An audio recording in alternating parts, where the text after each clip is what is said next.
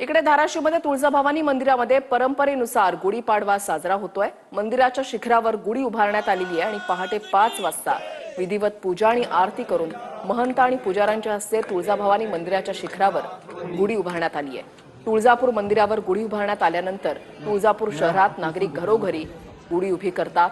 ही गेल्या अनेक वर्षांपासूनची परंपरा अजूनही कायम आहे। याचा आढावा घेतलेला आमच्या प्रतिनिधींनी पाहूया।